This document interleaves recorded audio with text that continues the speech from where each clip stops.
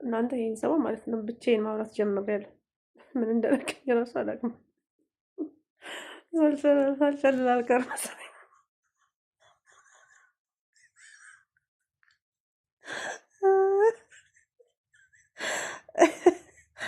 ኧረ ወይኔ